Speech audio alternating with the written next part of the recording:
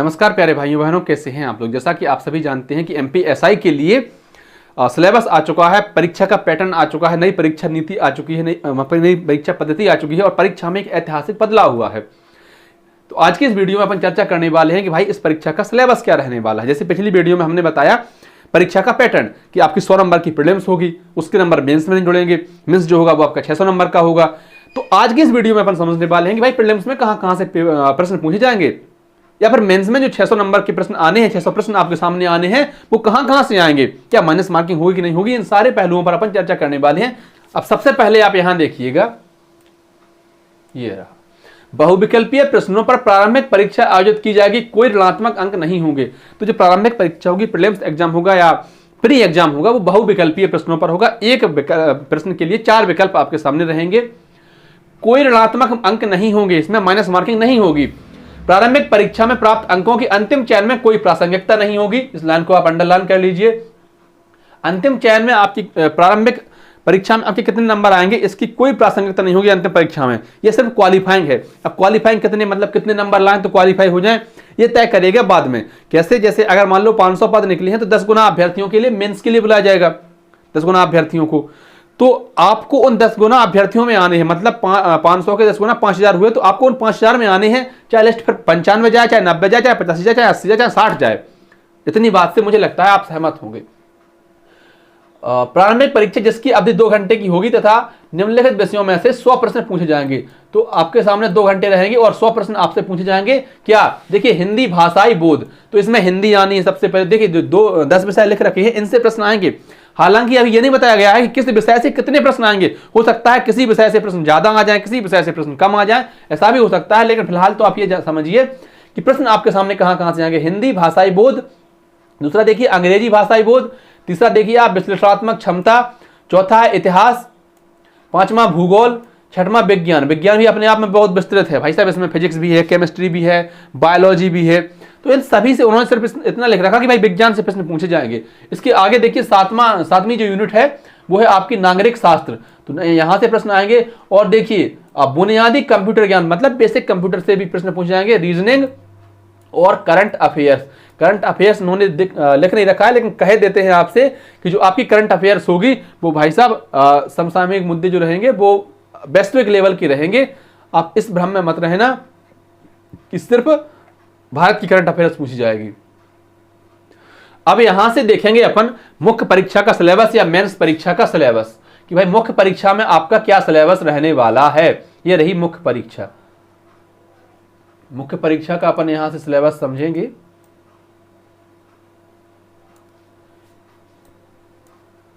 प्रश्न पत्र योजना, प्रश्न पत्र प्रथम, समय रहेगा आपके पास 2 घंटे का, अधिकतम अंक होंगे आपके सामने 300। अब इसमें 2 खंड रहेंगे। जो 300 नंबर के प्रश्न आपके सामने आने हैं, 300 प्रश्न आने हैं, इसमें 2 खंड रहेंगे। पहला जो खंड रहेगा उसमें 150 प्रश्न आएंगे। और ये कहां से आएंगे प्रश्न, वो हम बाद में इस पर चर्चा करेंगे।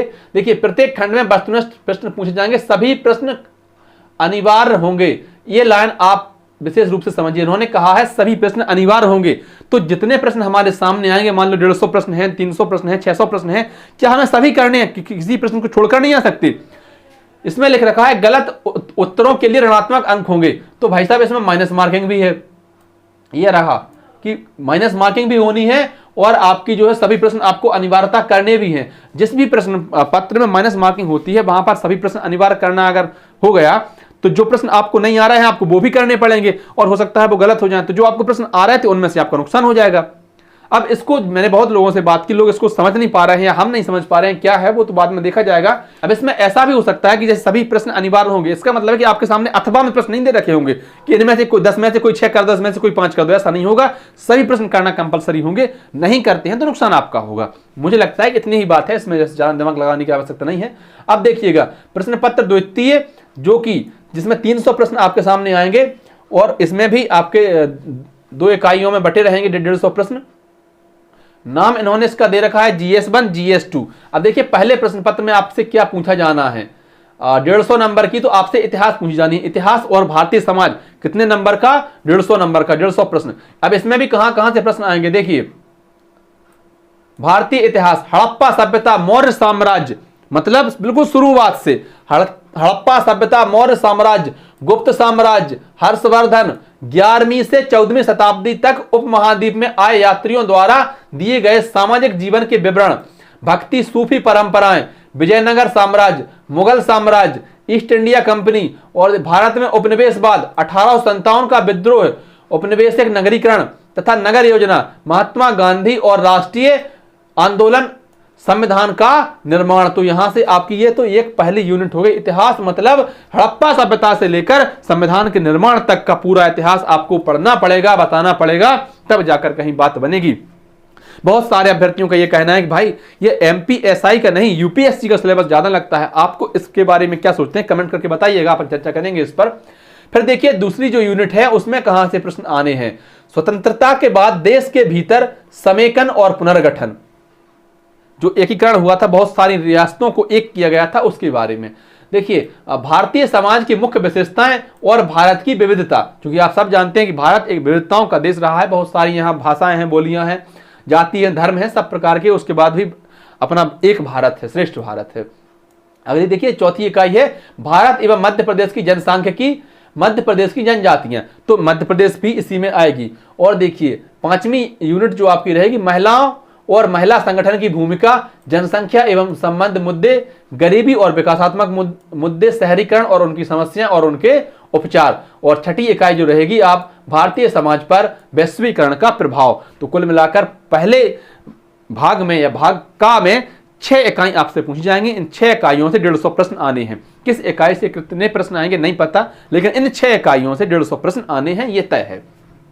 दूसरा देखिए आप भाग खा, इसी प्रश्न पत्र का दूसरा भाग है भाग खा, शासन, संविधान और राजनीति, सामाजिक न्याय और विधान, 150 अंक इससे पूछे जाएंगे। तो राजनीति 150 नंबर की और 150 नंबर की इतिहास। पहले प्रश्न पत्र में जो रहेंगे 300 प्रश्न आपकी, 150 प्रश्न रहेंगे इतिहास से, दूसरे 150 प्रश्न रहेंगे राजनीति से। अब कहां कहां से प्रश्न आएंगे राजनीति में अभी, तो देखिए भारतीय संविधान, ऐतिहासिक आधार, विकास, विशेषताएं, संशोधन, महत्वपूर्ण प्रावधान और बुनियादी संरचना, पहली इकाई। दूसरी इकाई देखिए संघ एवं राज्यों के कार्य और उत्तरदायित्व, संघीय ढांचे से संबंधित मुद्दे और चुनौतियां, स्थानीय स्तर तक शक्तियों और वित्त का हस्तांतरण और उसमें चुनौतियां, ये होगा भाई साहब दूसरी इकाई। तीसरी इकाई से देखिएगा कि विभिन्न अंगों के बीच शक्तियों का पृथक्करण, विवाद निवारण तंत्र और संस्थाएं, तीसरी यूनिट हो गई।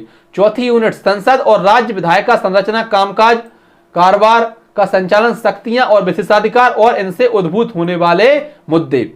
पांचवी जो यूनिट रहेगी इसमें कार्यपालिका और न्यायपालिका की संरचना, संगठन और कामकाज, सरकार के मंत्रालय और विभाग, दबाव समूह और औपचारिक अनौपचारिक संघ और राजनीति में उनकी भूमिका, केंद्र एवं राज्यों द्वारा आबादी के कमजोर वर्गों के लिए कल्याणकारी योजनाएं, इन योजनाओं का प्रदर्शन, इन कमजोर वर्गों की सुरक्षा और बेहतरी के लिए गठित तंत्र, कानून संस्थाएं एवं निकाय। सातवीं यूनिट देखिए गरीबी और भूख से संबंधित मुद्दे। अब यह हो गया आपका पहला प्रश्न पत्र समाप्त। इसमें 6 यूनिट थी पहली भाग का में और 7 यूनिट है भाग खा में। 7 से 13 यूनिट से आपके सामने 300 प्रश्न रहने वाले हैं। 150 प्रश्न राजनीति से और 150 प्रश्न होंगे आपके इतिहास से।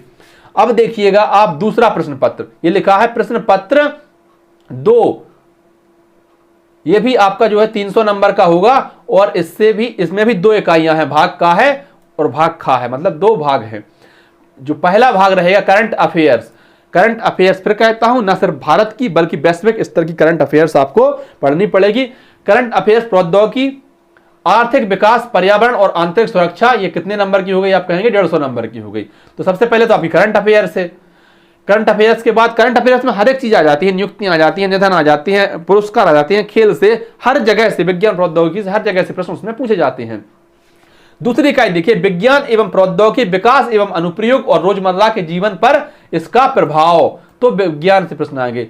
तीसरी इकाई देखिए सूचना प्रौद्योगिकी, अंतरिक्ष, computer, robotics, nano technology, biotechnology, artificial intelligence and बौद्धिक संपदा अधिकारों से संबंधित विषयों के संबंध में जागरूकता, संरक्षण, पर्यावरण प्रदूषण और क्षरण, पर्यावरण प्रभाव का आकलन, भारतीय अर्थव्यवस्था तथा योजना संसाधनों को जुटाने, प्रगति, विकास तथा रोजगार से संबंधित विषय।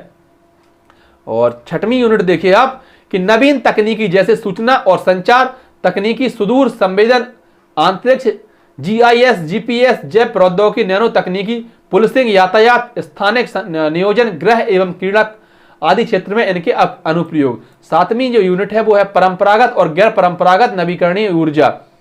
8वां है पुलिस में, 8वां है आपका लोकतंत्र में पुलिस सेवाओं की भूमिका। विकास और उग्रवाद के बीच संबंध, आंतरिक सुरक्षा के लिए चुनौती उत्पन्न करने वाले बाह्य राजकीय एवं गैर राजकीय कारकों की आंतरिक सुरक्षा की चुनौतियों को उत्पन्न करने में भूमिका।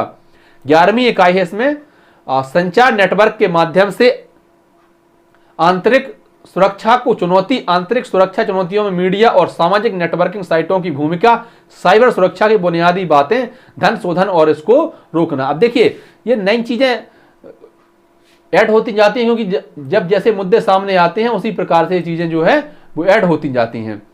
फिर देखिए बाह्य एवं आंतरिक सुरक्षा के मुद्दे, और 13वीं इकाई जो इसमें है संगठित अपराध और नक्सलवाद के बीच संबंध।